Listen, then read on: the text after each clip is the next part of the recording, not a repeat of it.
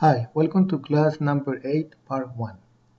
Now is the time to work in your projects.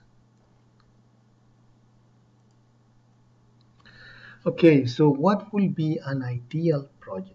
And I will give you some examples. So an ideal project, and I know, we have some information, it's not going to be that complicated, but basically your project will be mainly an interactive interface in this case because um, I don't know if everybody has enough experience to do some programming and functionality on the project, but at least I will give you now some examples of what will be an acceptable project. So maybe topics related with something educational. So maybe by educational I mean maybe a project in which you present a set of numbers, for example, and you want to arrange the numbers, I don't know, from in sequential order or the alphabet, or maybe it's a game, uh, an e-commerce application, a financial tool, and I will try to give you some examples actually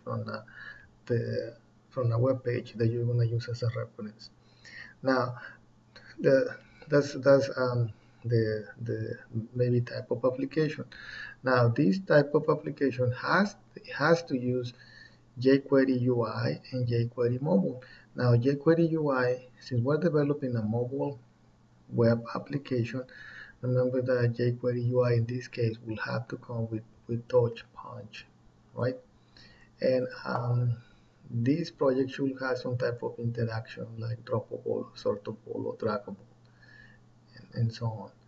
Now, ideally, it would be great if you are able to test it in a mobile device.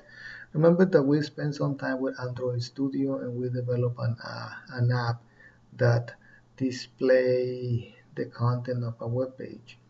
So the ideal project is that you are creating an HTML document that uses this technology, and it includes jQuery UI and jQuery mobile. And then when you access that from a mobile device, it's supposed to be what we call a mobile web app. So it will be great if we can test it from the Android Studio. Now, if that's not possible for time, that's okay. We can skip that and just test it on a desktop. But ideally, the good the ideal will be that you create the HTML document for that application that uses this. It has some type of interaction, and then you upload that into a web server, and then from the mobile device or from the emulator, you open that web page, and you use it from the mobile device. So that's what we spend some time with Android Studio. So now let me show you some examples. So these are examples from the jQueryui.com website. And what you need to do for your project is basically modify or give some type of application. For example, this does says droppable. So here, uh, for example, this is the one that says accept in the website. So let's suppose that you create other objects here. Let's say an educational type of app. Maybe you got two boxes like that, and then maybe you got something here, boxes with letters and then boxes with numbers, and then here you want one that will accept the ones that are numbers, and then in the other you have the ones that accept that are uh, letters.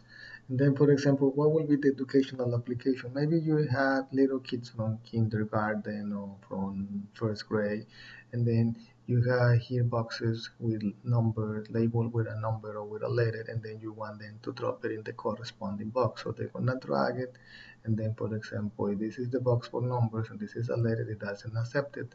And let's suppose that this is a number, so you drop it here, and this is the box for numbers, and then it's accepted, right? So here we'll have another box. So now what is the code? The code, it says here, view source.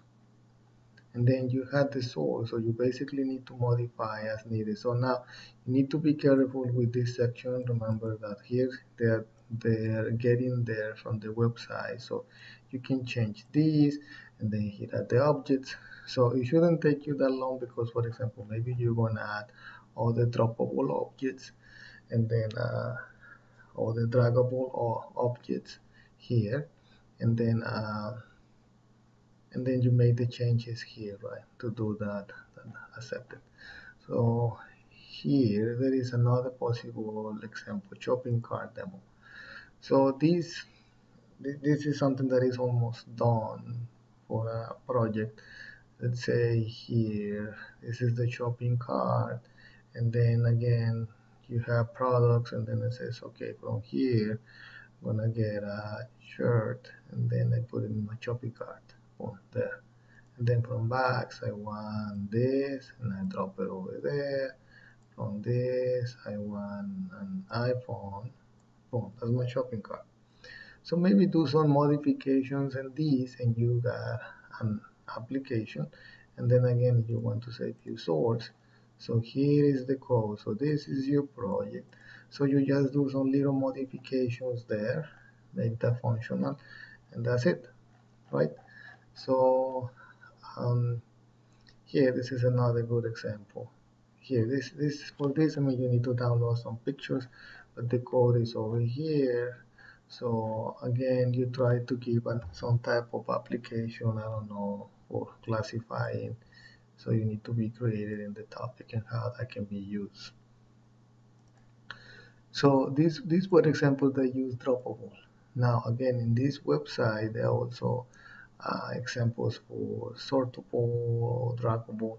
So give me an example. Let me give you good examples on sortable. Here, this is sortable. So here you got items. And then, for example, you just move them and you rearrange the order. So maybe educational application. Maybe you got here numbers or letters of the alphabet or words, and you want the, for example, these are words to be sort in alphabetical order, or you got numbers and you want to sort them from the smallest to the greatest, or the letters of the alphabet, for example. Maybe that's something like that that you can do.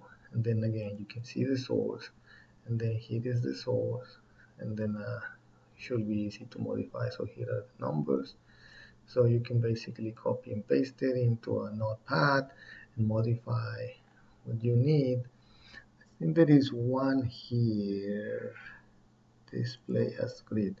I think this is good for a game because here you can make changes. Let's say here for example, we can do something like with colors maybe and ask them for, I don't know, I mean, let's say that you got three colors, red, green, and blue, and then you want a key that can be a game, can be educational activity that they arrange this in I don't know, rows by colors or columns, or they make a specific pattern, or I don't know. This is the part that you need to be creative. I mean, these are the examples. This can be a project, and then you just do some little modifications. So what I want you to do is that you get in groups. Well, let me go back to the PowerPoint. So this is what you need to do. So for the project, I think you can be assigned in groups. So Head can decide what will be the best arrangement for you, uh, unless you have a strong preference to work by yourself. But I mean, I think get in groups, and then in your group, the next step, what you need to do next. Maybe let's number this. There. So number one, you get in groups. Number two, you need to decide what type of project, what is it that you want to do. So you need to get an idea. You cannot spend a lot of time. So then choose one of those from that website, the jQueryui.com, and then see um, which one do you want to modify to make that project. You design the interface, which basically modify that, implement, and you either test it on, I mean, ideally it will be tested on Android Studio, but if that's not possible, then that's okay. Just test it on using Notepad in a browser and Google Chrome. Okay, so I think you need all the time that you have to work on the project, and I will let Heather decide how that goes, and then remember you can get the ideas for the projects from the website jqueryui.com.